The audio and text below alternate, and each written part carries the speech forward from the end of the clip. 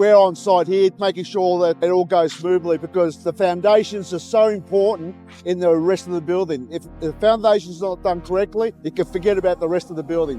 What we do is before the pour, as you can see, at the moment they're filling all the deep edge beams. Like the guy down there is making sure that the edge beams and the rebates are filled, and he's smoothing them over so that way it's all smooth before it starts drying. With every concreter group, while they're doing there's a person here that does the supervising, making sure that everything is done correctly. It's very important for the slabs to be done correctly.